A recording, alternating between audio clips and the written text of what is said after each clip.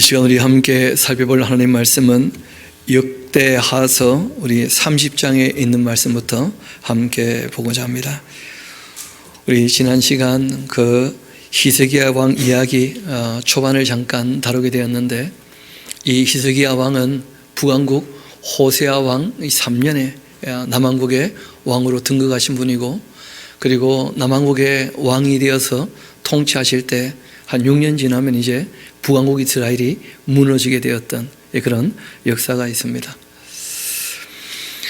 그 히스기야 왕이 그렇게 개혁을 일으키고, 그리고 열왕기에는 기록되지 않았는데 이 히스기야 왕이 유월절을 참 성대시켰던 그 내용이 나옵니다.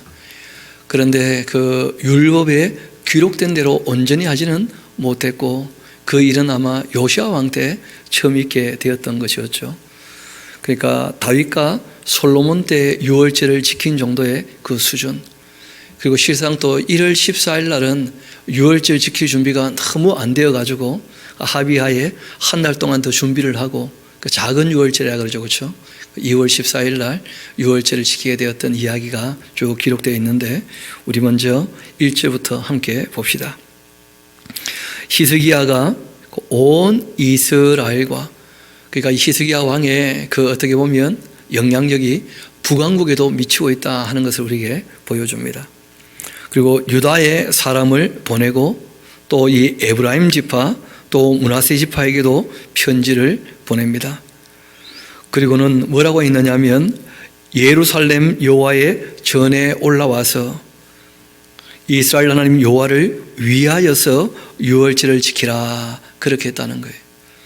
여호와를 위한다 하는 말이 무슨 말이냐면, 하나님 하신 일을 기억을 하자, 그런 뜻이죠.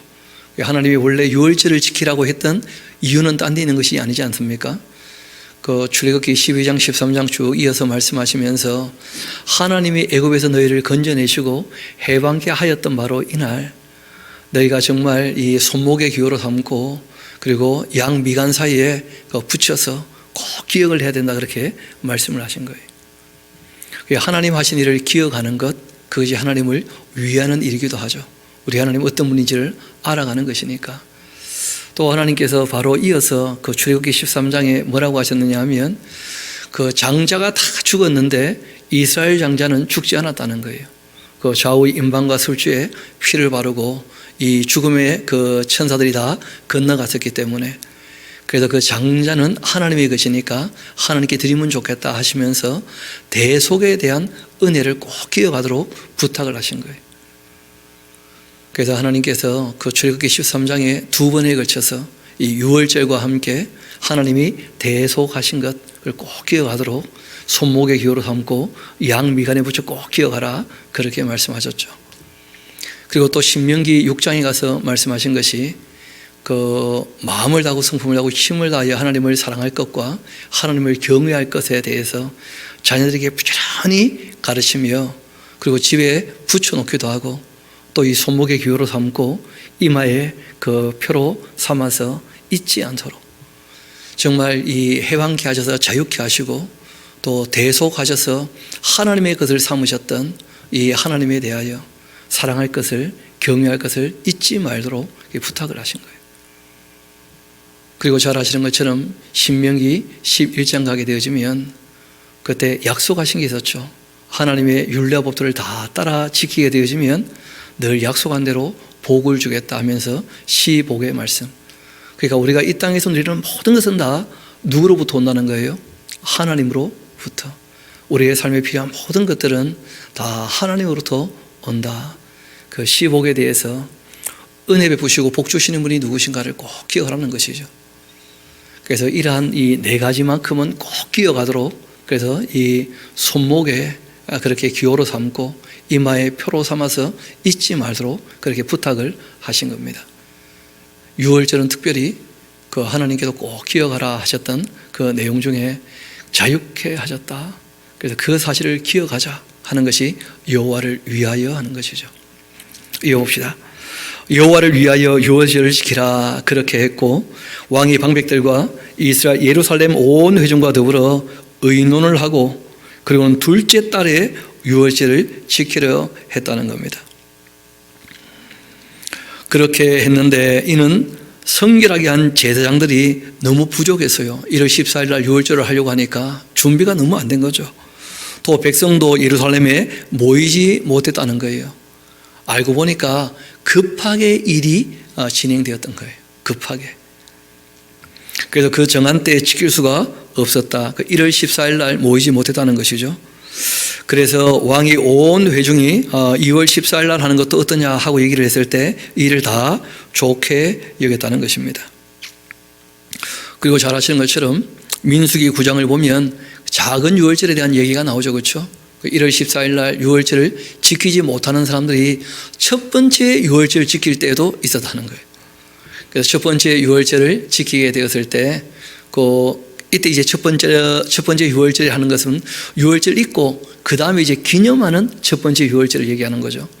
그 유월절을 지키게 될 때 그 시내산에서 그 유월절 지킬 수 있는 입장이 못 되는 사람들이 있었을 때 하나님께서 그 모세에게 2월 14일이라도 반드시 유월절을 지키도록 무교절과 함께 유월절을 지키도록 그렇게 권고하시는 내용이 나옵니다. 그런 이 역사 기록을 살폈었는지는 그러니까 다 알지 못하겠습니다만은 그러나 그 백성들이 다 함께 1월 14일 날 우리가 비록 못한다 할지라도 2월 14일 날 다 모여서 하나님 하신 일은 꼭 기억을 해야 된다. 그렇게 하면서 이제 모이기로 한 것이죠. 그때 드디어 왕이 명령 내려서 브엘세바부터 시작해서 단까지, 원래 이것은 유다 지파의 그 영역이 아니거든요. 다윗 때 통치했던 그 영토였었는데 이스라엘 전체를 표현하는 내용이죠. 단에서 브엘세바까지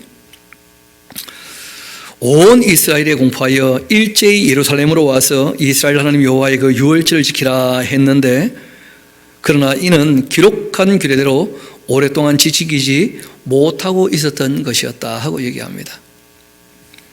보발꾼들이 왕과 방백들이 그 편지를 받아가지고 왕의 명령 따라 온 이스라엘과 유다에 두루 다니며 지내는데 일러서되 이스라엘 자손들아 너희는 아브라함과 이삭과 이스라엘의 하나님 여호와께로 돌아와라. 그 유월절을 지키고자 하는 이유는 여기 있었던 것이죠. 하나님께로 돌아오라는 거예요. 잘 아시는 것처럼 북왕국은 처음 갈라섰을 때부터 여로보암 때부터 금송아지 시작을 해서 그래서 타락 일변도로 지나갔고 그리고 호세아 왕 때는 뭐 더 이상 회복될 수 없기 때문에 그 나라가 망하게 된 것이거든요. 그 백성들도 다 마찬가지였고요.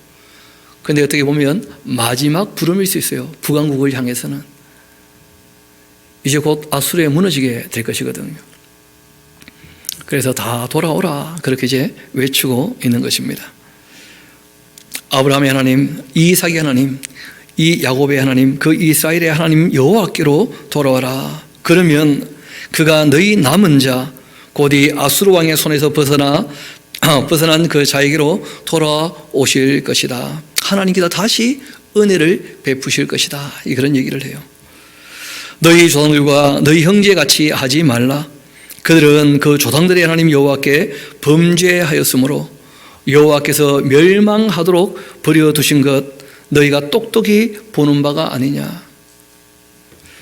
그런즉 너희 조상들 같이 목을 곧게 하지 말고 여호와께 돌아와서 영원히 거룩하게 하신 그 전에 들어가 너희 하나님 여호와를 섬겨 그 진노가 너희에게 떠나게 하라 하면서 잘 아시는 것처럼 호세아 왕도 그 아수르 왕이 될 만하게 그렇게 인정을 해줬던 것이었는데 그 호세아 왕이 그 배신을 하고 애굽에 가는 바람에 그 시드기야가 마치 바벨론을 배신하고 애굽에 가다가 이제 망했던 것처럼 그 호세아도 배신했었거든요. 아수르 왕을.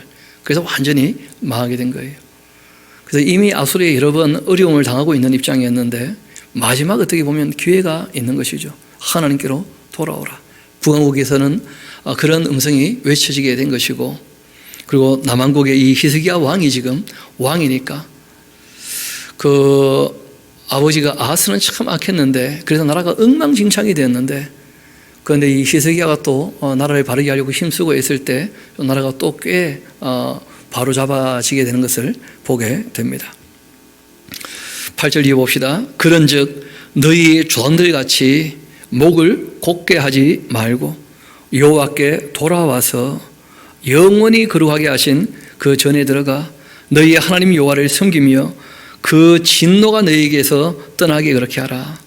너희가 만일 여호와께 돌아온다면 너희 형제들과 또 너희 자녀가 사로잡은 자들에게서 자비를 그렇게 입어 다시 이 땅으로 돌아오지 않겠는가? 너희 하나님 여호와는 아는 것처럼 은혜로우신 분이시고 자비로우신 분이시다. 너희가 그에게로 돌아오면 그 얼굴을 너희에게서 돌이키지 아니하시리라. 그렇게 했다는 거예요. 이 관계에 대한 문제인데, 여러분, 하나님은 늘 안아줄 마음이 있습니다. 근데 문제는 돌이키지 않는 사람은 품에 안을 수 없다는 거예요. 회개하지 않으면 용서는 될 수 없는 것이죠. 그리고 용서하신 후에라도 우리의 삶을 보신다는 거예요. 또 1만 달란트 빚진 사람 이야기처럼. 그래서 서로 또 용서하고 살아가는가, 사람을 어떻게 대하는가도 굉장히 신앙에서 중요한 문제죠. 하나님과의 관계, 인간관계. 그래서 일단 먼저 북왕국 사람들한테 하나님께로 돌아온다면 은혜를 잊게 될 것이다 하고 이제 사람들을 보내서 다 외치게 한 것입니다. 근데 문제는 보발꾼이 에브라임과 므낫세 지방 각 성읍으로 돌아다녀서 스불론까지 그렇게 말씀을 다 외치고 있는데, 그러나 사람들이 그들을 조롱하면서 비웃더라는 거예요. 그 참 우리가 신앙생활 할 때 그런 일들을 종종 경험하거든요. 성경 말씀을 창세부터 계시록까지 다 읽고 듣고 배우자 그렇게 얘기할 때 처음에는 뭐 성경 배우겠다고 다들 생각을 하고 그렇게 시작을 하다가 몇 번 듣고 난 다음에 이런 말 하시는 분 계셔요. 성경밖에 얘기 안 하네. 그럼 무슨 말을 합니까 또? 그러고는 뭐 자기가 볼 때는 별 재미가 없다 그렇게 얘기하는 모양이에요. 그 재미로 접근을 하려고 하는 모양이라. 그래서 떨어져 나가는 사람들 가끔 보게 되거든요. 말씀을 다 배우려고 애쓰지 않고 하나님 어떤 분인지를 다 알려고 하지 않고 지금 나에게 무슨 이익이 있는가, 지금 나에게 무슨 재미가 있는가, 뭐 그런 걸 쫓아서 신앙생활을 하려고 하다 보니까 전혀 이 진리의 말씀에 관심이 별로 없는 거예요. 들을 때 그때 행복해야지 하는 식으로 생각을 하니 그러니까 하나님 말씀을 바르게 배우는 것에 관해서 너무 가볍게 여기는 그런 경향도 없지 않아 있는 것을 보게 됩니다. 그 이스라엘 백성들에게 하나님의 은혜와 자비에 대해서 정말 바르게 알기를 원하고 돌아오라 하는데, 그런데 그 말씀에 대하여 비웃고 조롱하는 사람들 얼마든지 있다는 거예요. 그뿐 아니라 돌아온 사람은 너무 소수였어요. 이어봅시다. 그러나 이 아셀과 므낫세, 스불론 중에서 몇 사람 보이십니까? 몇 사람. 그런데 하나님께서는 이 몇 사람이 소중한 거예요. 잘 아시는 것처럼 노아 시대에 홍수가 있을 때 하나님 8사람, 몇 사람, 나머지는 의미 없다는 거예요. 정말 하나님 말씀에 순종하는 그 몇 사람, 8사람이면 세상을 다시 시작할 수 있다는 거예요. 하나님께서 몇 사람. 예수님 말씀하실 때에도 그 진리의 씨앗을 뿌려봤다는 거 아닙니까? 사랑의 빛을 비추어보고.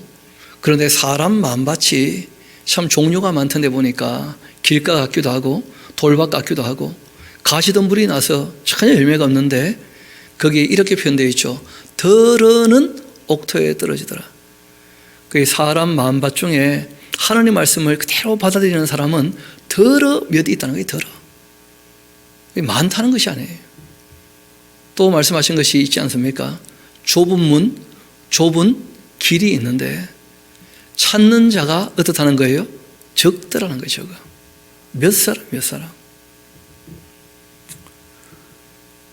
참 많은 사람들이 지금 듣는 기분 좋은 소리는 많이 따라갈 수 있는데 말씀을 처음부터 끝까지 정말 바르게 읽고 듣고 배우려고 애쓰는 일은 그리 많지 않을 수 있다는 거예요. 몇 사람. 그런데 성경이 그 몇 사람을 위해서 기록을 해놓고 있는 거예요. 듣고 돌이키라고. 그리고 여기에도 몇 사람 돌아왔다는 거예요. 스스로 겸손한 그 마음을 가지고 예루살렘에 이르게 됩니다. 하나님 앞에 올 때에는 겸손한 자세 굉장히 중요하죠. 그렇죠? 스스로 겸손한 마음을 가지고. 그리고 하나님의 그 손이 또한 유다 사람들 감동시키사 그들에게 왕과 방백들 여호와의 그 말씀대로 전한 명령 한 마음으로 준행하게 그렇게 하셨습니다. 그래서 이게 외쳐보니까 돌이키는 사람이 있고, 또 남한국 같은 경우는 왕이 외치니까 뭐 안 할 수 없죠. 그래서 다 함께 이제 참여하게 됩니다.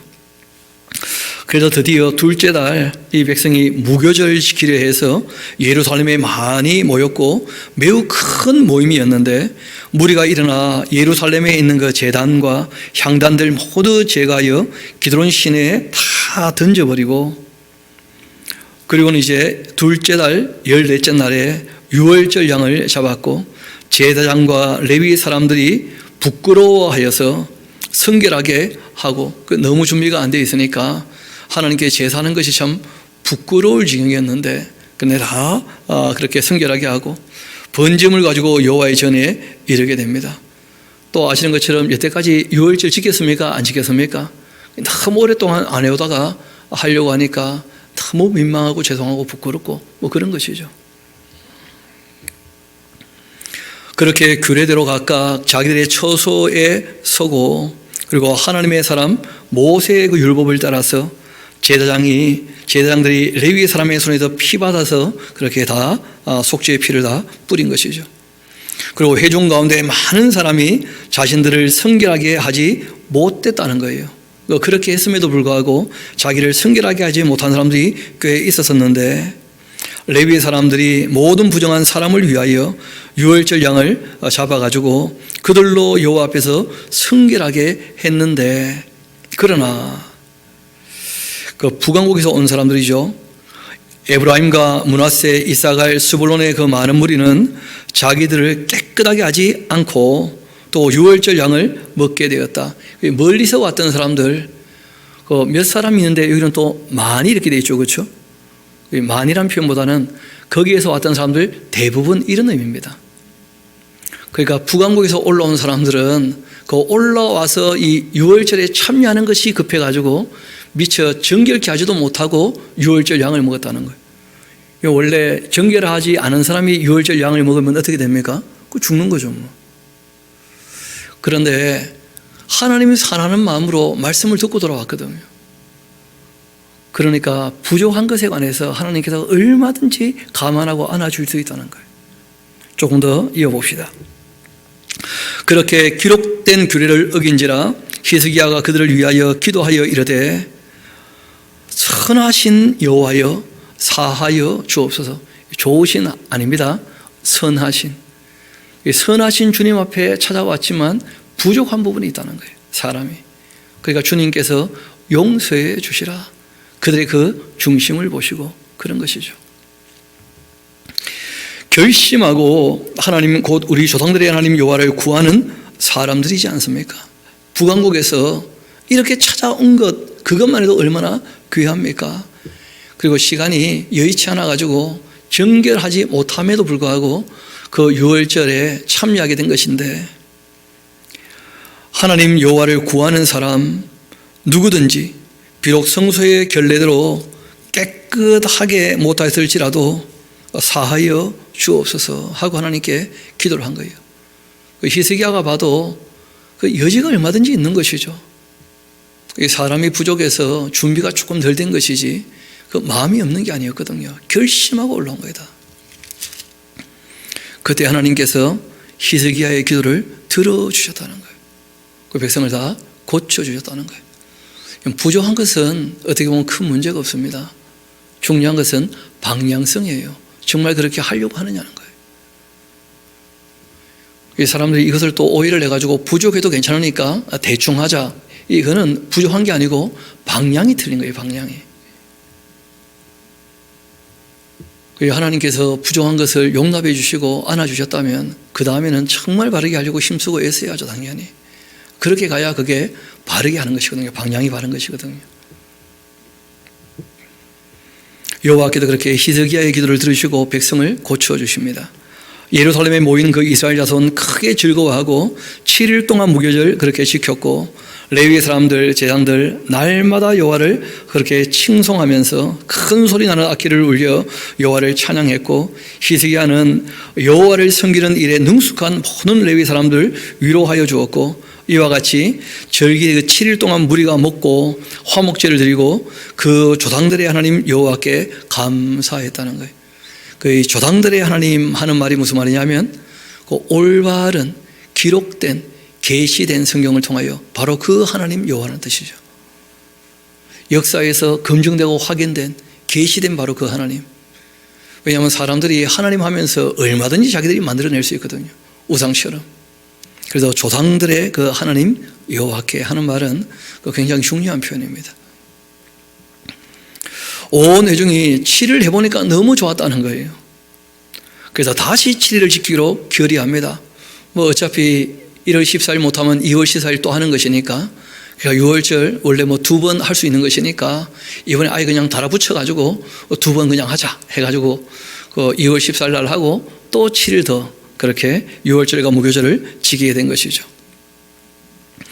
유다왕 그 히스기야가 수송아지 그 1000마리 내어놓고 양 7000마리를 회중에게 그렇게 나누어 먹을 수 있게 내어주고, 백성들은 수송아지 1000마리, 양 10,000마리를 회중에 또 내어주고, 그렇게 자신들을 성결하게 한 제장들도 많게 되었고, 유다 온 회중과 제장들과 레위 사람들과 이스라엘에서 온 모든 회중과 이스라엘 땅에서 나온 나그네들, 또 유다에 사는 나그네들 다 즐거워하게 됩니다. 이렇게 예루살렘에 큰 기쁨이 있었는데 이 이스라엘 왕 다윗의 아들 솔로몬 때로부터 이러한 기쁨은 예루살렘에 없었다는 거예요. 그러니까 다윗 시대, 솔로몬 시대 때 그 이스라엘 백성들이 누렸던 기쁨 같은 기쁨이 그 히스기야 왕 때 또 한 번 있었다 그런 겁니다. 하나님을 섬겨 기뻤던 그 시대가 짤막하게 있었다는 것이죠. 그때 이제 제사장들과 레위 사람들이 일어나서 백성을 위하여 축복하였는데 그 소리가 하늘에 들리고 그 기도가 여호와의 거룩한 처소 하늘에 이르게 되었다 하면서, 그러니까 백성들이 하나님께로 다 돌아오니까 하나님께서 그 음성 들으신다는 거예요. 여러분, 이런 것이 기도의 대원칙입니다. 먼저 우리가 하나님 말씀을 잘 들어야 하나님께서도 우리 음성에 얼마든지 귀를 기울이신다는 거예요. 이 모든 일이 이제 끝나게 되었을 때 그때 이제 히스기야가 개혁을 하게 되어지죠. 여기 이제 탄력을 받아가지고 거기에 있는 이스라엘 무리가 나가 유다 여러 성읍에 이르게 되었고, 그래서 주상들 깨뜨리고, 그리고 또 아세라 목상들 찍어버리고, 유다와 베냐민, 에브라임, 므낫세 온 땅에서 산당들, 제단들 다 제거하고 없애버리고 이스라엘 모든 자손 각각 자기의 그 본성 기업으로 돌아가게 됩니다. 그때 히스기야가 이제 제사장들과 레위 사람들의 반열을 정하기도 하고, 다윗에 다 정한 것이 있었죠, 그렇죠? 다시 이제 그것을 정리를 합니다. 그리고 그들의 그 반열을 따라 각각 그들의 직임을 행하게 하되, 그 제사장들과 레위 사람들에게 번제와 화목제를 드리고, 또 여호와의 그 휘장문에서 섬기며 감사하며 찬송하기도 하고, 또 왕의 제단 중에서 얼마를 정하여 여호와의 그 율법에 기록된 대로 번제, 곧 아침과 저녁의 번제, 안식일과 초하루와 또 절기의 그 번제에 쓸 수 있게 그렇게 내어놓고, 또 예루살렘에 사는 백성을 명령해서 제사장들과 레위 사람들 그 몫의 음식을 주어서 그들에게 여호와의 율법을 아주 힘쓰게 하라 그렇게 했다는 거예요. 이런 말씀들을 역사에서 굳이 그 에스라가 다 찾아서 적는 이유가 있습니다. 여러분 잘 아시는 것처럼 에스라가 이스라엘 백성들과 함께 이제 2차 포로 귀환하고자 할 때 그 따라 나선 사람들 중에서 레위 사람들 있었습니까? 없었습니까? 그 없었다는 거예요. 그 에스라서 8장을 보면 그 내용이 나오거든요.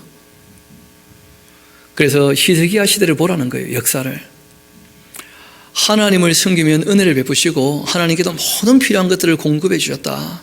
그러니까 레위 사람들에게 또 제사장들에게도 격려하는 거죠. 돌아가자. 돌아가면 하나님이 책임져 주신다. 이 얘기를 꼭 하고 싶었던 겁니다. 그래서 말씀드린 것처럼 역대기에서는 굉장히 의도된 역사다 하는 말씀드렸었죠. 그렇죠?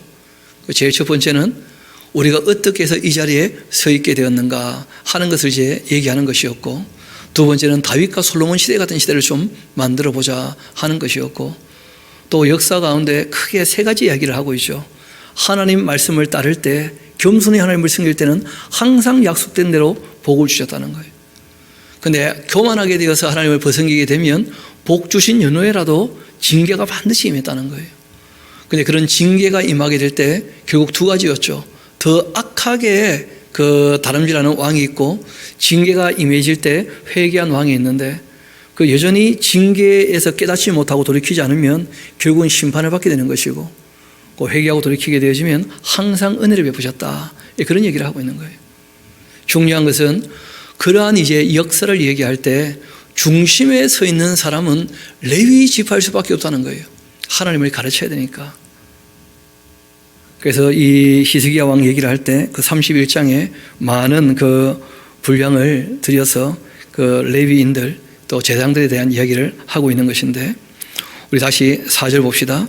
또 예루살렘에 사는 그 백성을 명령하여서 제사장들과 레위 사람들 그 몫의 음식을 주어서 그들에게 여호와의 율법을 힘쓰게 하라, 그렇게 했고, 그렇게 왕의 명령이 내려지자 곧 이스라엘 자손이 곡식과 포도주와 기름과 꿀과 밭의 모든 소산의 천여매를 풍성히 드리기도 했고, 또 모든 것의 11조를 많이 가져왔고, 또 유다 여러 성읍에 사는 이스라엘과 또 유다 자손들 또 소와 양의 11조를 가져왔고, 또 그들의 하나님 여호와께 구별하여 드렸던 성물의 그 11조를 가져왔으며 그것을 쌓아서 여러 더미를 이루게 했다는 겁니다. 첫째 달에 그 더미를 쌓기 시작하여서 7째 달이 되어야 마쳤어요. 왜냐하면 유다와 또 이스라엘 백성들 중에서 돌아왔던 사람들이 다 다시 올라와서 이제 하나님께 예물을 바친 것이니까 그 기간이 꽤 걸리게 된 것이죠. 그렇게 해서 제사장과 레위 사람들이 또 살 수 있는 삶이 다 보장이 되는 일이 있게 되었다 하고 얘기합니다. 히스기야와 방백들이 와서 쌓인 그 더미들을 보고 여호와를 송축하고 그 백성이 이스라엘을 위하여 축복했는데, 히스기야가 그 더미들에 대하여 제사장들과 레위 사람들에게 묻습니다. 그랬더니 사독의 이 족속 대사장 아사랴가 그 왕에게 대답을 하죠. 이르되 백성이 예물을 여호와의 그 전에 드리기 시작함으로부터 우리가 만족하게 먹었지만 그러나 남은 것도 많습니다. 이는 여호와께서 그 백성에게 복을 주셨기 때문에 우리도 함께 풍요를 누리는 겁니다 하면서 그 남은 것이 이렇게 많아 쌓여 있습니다. 그때 이 히스기야가 명령을 합니다. 여호와의 그 전 안에 방들을 준비해라. 그래서 많이 준비를 하게 되죠. 그리고 성심으로 그 예물과 11조와 구별한 물건을 갖다 두고 레위 사람 고나야가 그 일의 책임자가 되고 그 아우 시므이는 부책임자가 되어가지고 여이엘과 아사시야 또 나핫과 아사헬 여리목과 요사밧과 또 엘리엘과 이 이스마기야와 또 이 마핫과 분하야와 고나야와 또 그 아우 시므이의 그 수하에서 보살피는 자가 되었는데 그 아우 시므이의 그 수하에서 보살피는 자가 되었는데, 이런 사람들이 이는 히스기야 왕과 하나님의 전을 관리하는 그 아사랴가 명령한 바였고, 그러니까 동쪽 문직이죠, 그렇죠? 동문직이 그 레위 사람 임나의 그 아들 고레는 즐거이 하나님께 드리는 그 예물을 맡아서 여호와께 드리는 것과 모든 지성물을 나누어 주며, 또 그 수아의 그 에덴과 이 미니민과 또 이 예수아와 또 스마야와 아마랴와 스가야는 제사장들의 그 성읍들에 있어 지임을 맡아서 그 형제들에게도 반열대로 대소막론하고 다 나누어 주었다는 거예요. 그래서 잘 아시는 것처럼 남한국 북한국이 이렇게 갈라지게 되었을 때 그 북한국에서는 금송아지를 섬기면서 원하는 자들을 다 제사장으로 삼았기 때문에 북한국에 있었던 레위 사람들의 그 성읍들이 다 회파가 되고 이 사람들이 대부분 다 예루살렘으로 올라오고 그러지 않았습니까?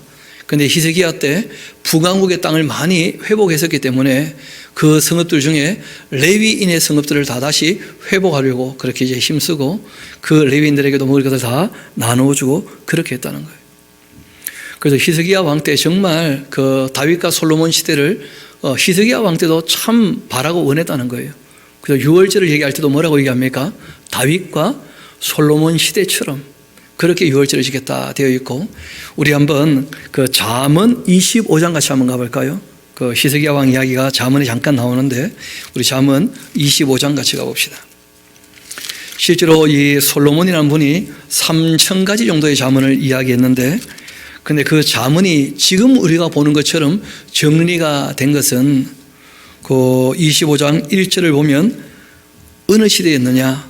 이것도 솔로몬의 잠언이고 유다왕 히스기야의 신하들이 어떻게 했다는 거예요? 편집한 것이었다.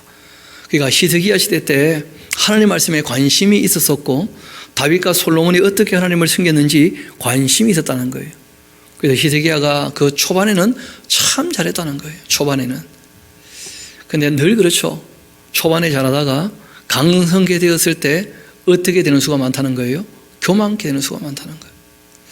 그래서 예수님께서 참 부자가 천국 가기 어렵다는 말씀을 하시는 거예요. 잘 되면 하나님 떠나는 경우가 많으니까. 오히려 가난할 때 믿음에 부유한 경우가 많더라는 거예요. 가난할 때 오히려.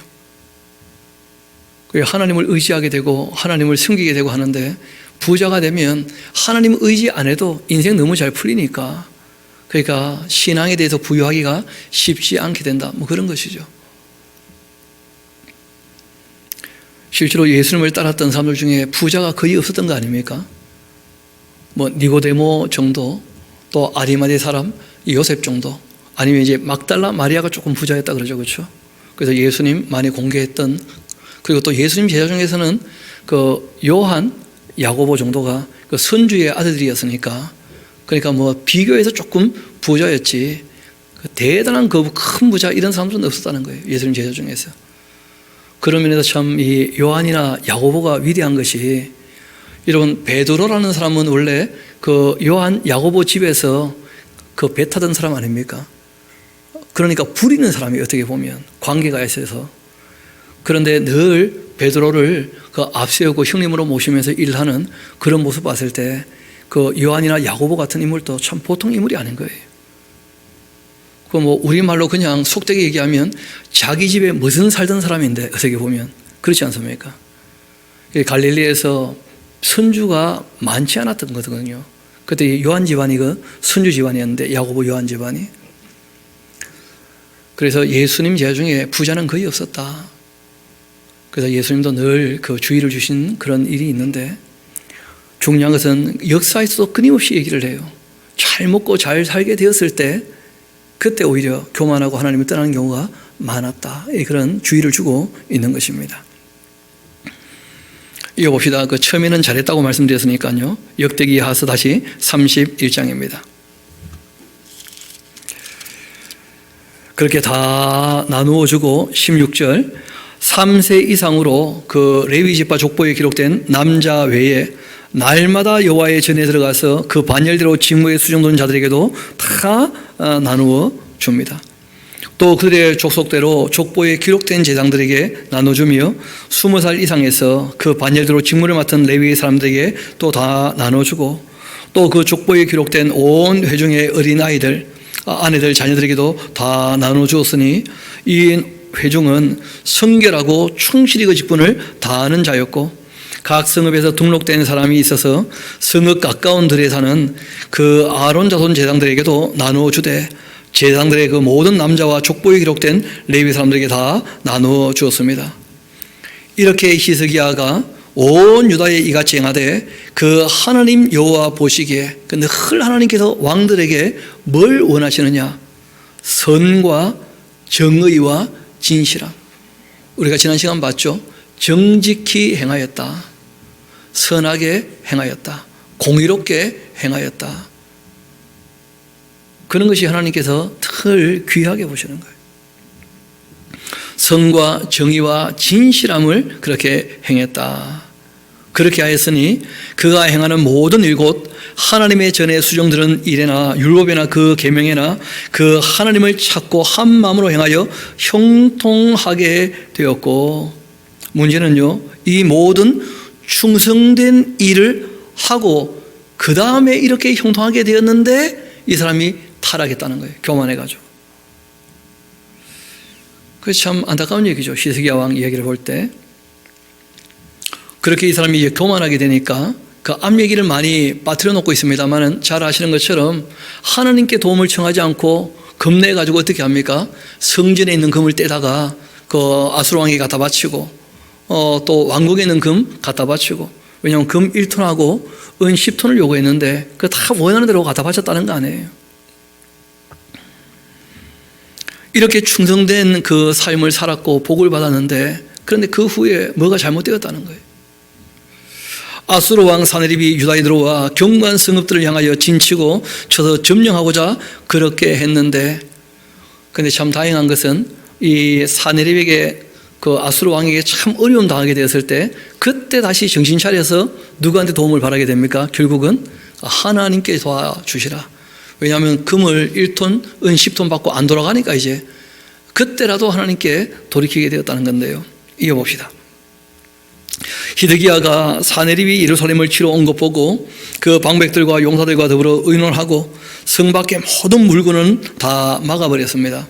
왜냐하면 마실 물이 없으면 그 사네립이 올려보냈던 랍사계의 그 군대들이 마실 물 없으면 도망갈 거니까, 그래서 물길을 다 막아버리고, 그리고는 본인은 이제 그 히스기야 터널이라고 해가지고 그 지하로 물길을 하나 팠어요.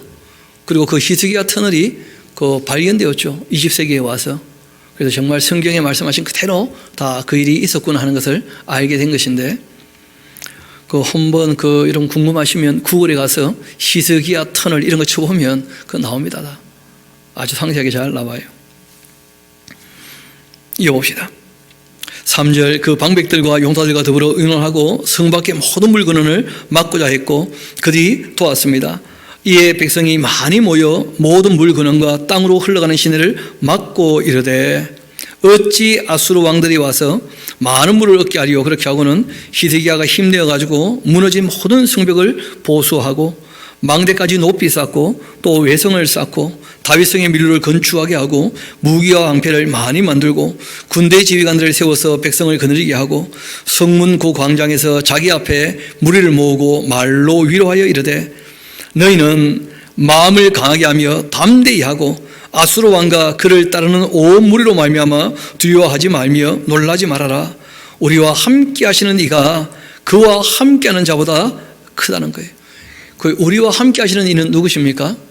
그 이스라엘의 하나님, 그 여호와 하나님이고, 그들과 함께하는 자는 누구겠습니까?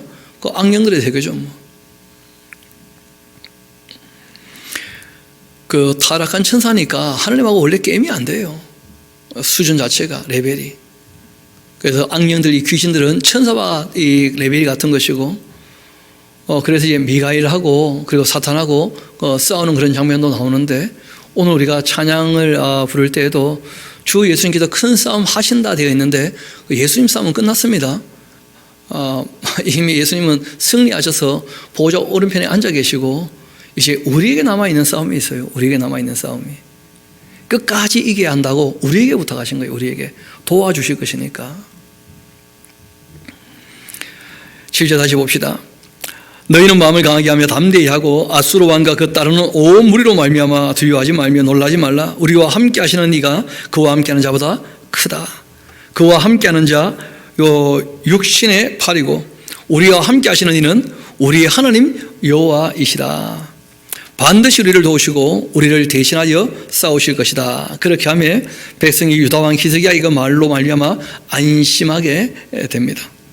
그 후에 그 아수르 왕 사네립이 그 온 군대를 거느리고 라기스를 쳤고 그 신하들 예루살렘에 보내어서 유다 왕 히스기야와 예루살렘에 있는 유다 무리에게 말하여 이르기를, 아수르 왕 사네립은 이같이 말하노라. 너희가 지금 예루살렘에 에워싸여서 있으면서 무엇을 의뢰하고 있냐? 히스기야가 너희를 깨어 이르기를, 우리의 하나님 여호와께서 우리를 아수르 왕의 손에서 건져내시리라 그렇게 하는데, 이 어찌 너희를 주림과 목마름으로 죽게 함이 아니냐? 그 히스기야 말 들으면 망한다는 거죠. 그러니까 항복하라는 거예요. 아주 교만방자하게 얘기합니다. 이 히스기야가 여호와의 그 상단들과 제단들을 제거해버리고 유다와 예루살렘에 명령하여 이르기를, 너희는 다만 한 제단 앞에서 예배하고 그 위에 분향하라 하지 아니하였느냐? 나와 내 조상들이 이방 모든 백성에게 행한 것 너희가 알지 못하냐? 모든 나라의 그 신들이 능히 그들의 그 땅을 내 손에서 건져낼 수 있었냐 하면서 이 아수르가 아주 교만방자에게 함부로 말하는 거예요. 사네립이 보냈던 그 랍삭이라는 존재가, 왜냐하면 이때는 잘 아시는 것처럼 그 하나님에 대한 오해가 많았지 않습니까? 그래서 전부 이제 지방신이 있고 나라마다 신이 있고, 그러니까 대부분 다 이 다실론에 근거한 그 단일신론, 그 자기 나라 신이 가장 강한 신이다 이런 식으로 다 오해를 하고 있기 때문에 그래서 아수르 왕이 섬기는 신이 가장 강하니까 그러니까 여호와 신은 그 별거 아니다 하는 식으로 아주 교만방자하게 함부로 얘기를 해요. 실제로는 하나님께서 이 아수르를 몽둥이로 쓰셔가지고 지금 이스라엘을 때리시고 징계하시는 것뿐이었거든요. 어떻게 그들의 그 땅을 내 손에서 건져낼 수 있겠느냐 하면서 14절 이어봅시다. 내 조상들이 진멸한 모든 나라의 그 모든 신들 중에 누가 능히 그 백성을 내 손에서 건져내었기에 너희 하나님이 너희를 내 손에서 건져내겠냐. 그런즉 이와 같이 너희는 히스기야에게 속지 마라. 꾀임을 바치도 말아라. 그를 믿지도 말아라. 어떤 백성이나 어떤 나라의 신도 능히 자기 백성을 나의 손과 나의 조상들의 손에서 건져내지 못하였나니 하물며 너희 하나님이 너희를 내 손에서 건져내겠느냐. 그렇게 아주 교만방자하게 한마디 합니다. 사내립의 그 신하들도 더욱 여호와 하나님과 그의 종 히스기야를 비방했는데 사내립이 또 편지를 써보냅니다. 이스라엘 하나님 여호와를 욕하고 비방하여 이르기를 모든 나라의 신들이 그들의 그 백성을 내 손에서 구원하여 내지 못하는 것 같이 히스기야의 그 신들이 그 백성을 내 손에서 구원하여 내지 못할 것이다. 그렇게 하면서 사내립의 그 신하가 유다 방언으로 크게 소리를 질러 예루살렘 성 위에 있는 백성을 놀라게 하고 괴롭게 하여 그 성을 점령하려 그렇게 하였는데 그들이 예루살렘의 하나님을 비방하기를 그렇게 사람의 손으로 지은 세상 사람의 신들을 비방하듯 그렇게 하였다.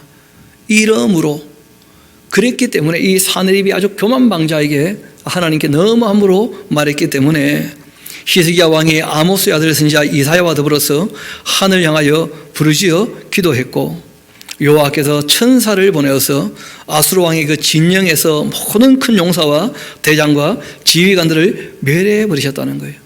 그래서 잘 아는 것처럼 이때 18만 5천이 하룻밤 사이에 다 죽어 말았던 것이죠. 아수르 왕이 낯이 뜨거워져서 함부로 하나님께 얘기를 했다가 18만 5천 죽었으니까 얼마나 부끄럽겠어요.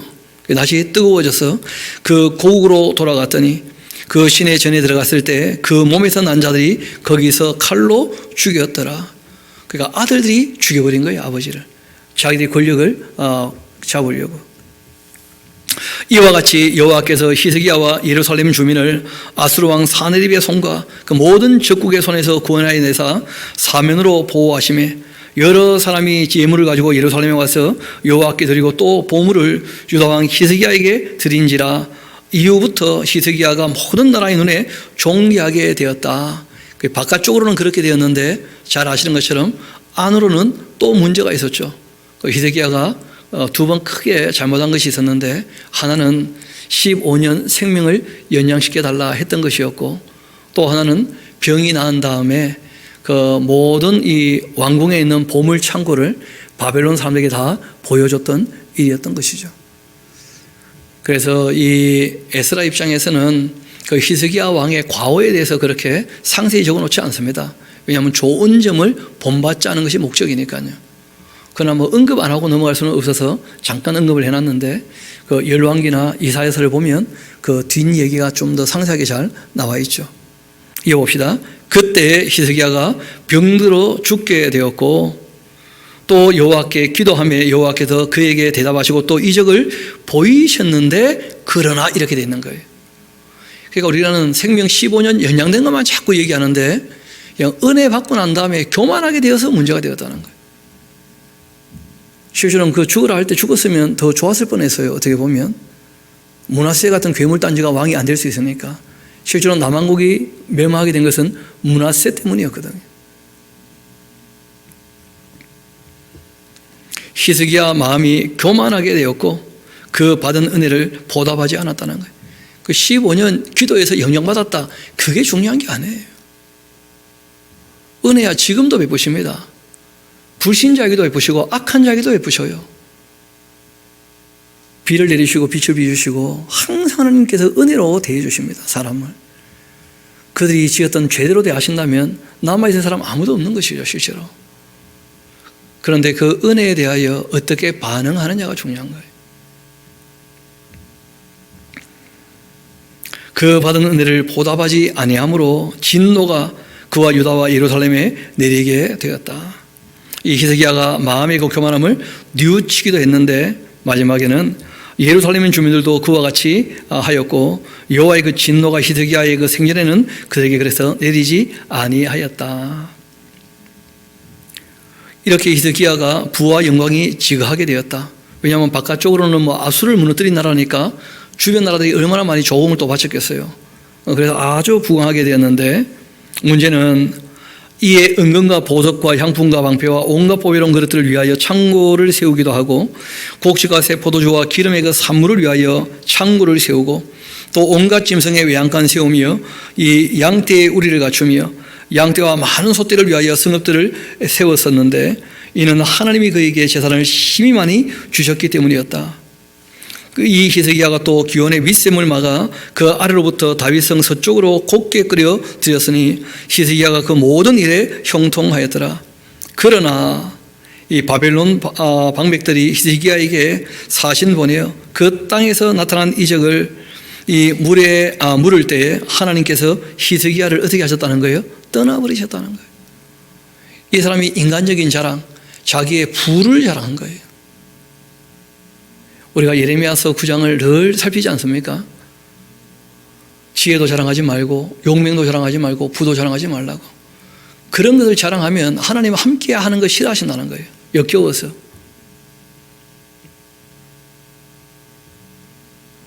그런데 교회에서 그런 일들이 늘 있을 수 있죠. 야고보가 특별히 얘기하지 않습니까? 부자가 왔을 때는 막 여기 앉으십시오 하고 가난한 사람들이 오면 뭐 거기 있든지 말든지 하면서 신경도 안 써버리고 교회가 그래서는 안 된다는 거 아니겠어요? 교회가. 그런데 세상 어디나 그런 것처럼 놀랍게도 교회도 노예도 총회도 다 사람들이 그 풍요에 따라서 이 차별해서 대하는 모습들을 너무 쉽게 보거든요. 적어도 교회는 그러면 안 됩니다. 누구를 대해도. 심지어는 신학대학 가봐도요, 거기도 금수저가 있어요. 어느 교회 누구 목사 아들이다 그러면 굉장히 또 대우해 줍니다. 보면 그거 참 희한하지 않습니까? 적어도 학교만큼은 순수해야 될 텐데 너무 타락을 했다는 거예요. 교회가. 우리만큼은 조금 정신을 차립시다. 정말 사람을 사람으로 대해야 돼요. 사람으로. 항상 이 히스기야는 풍요롭게 되었을 때 교만하게 되고 하나님을 떠나버리고 자기 중심이 없는 사람이에요. 중심이. 그 잘못된 신앙 중에 그 청교도 신앙이 있거든요. 청교도 신앙.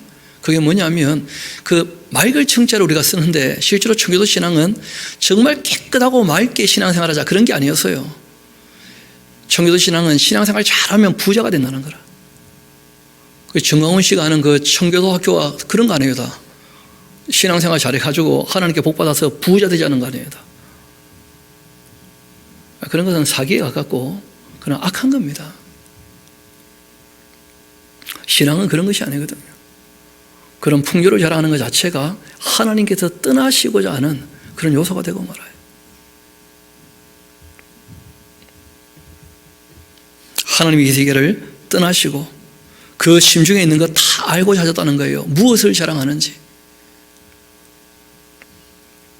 검증을 해보니 검증을.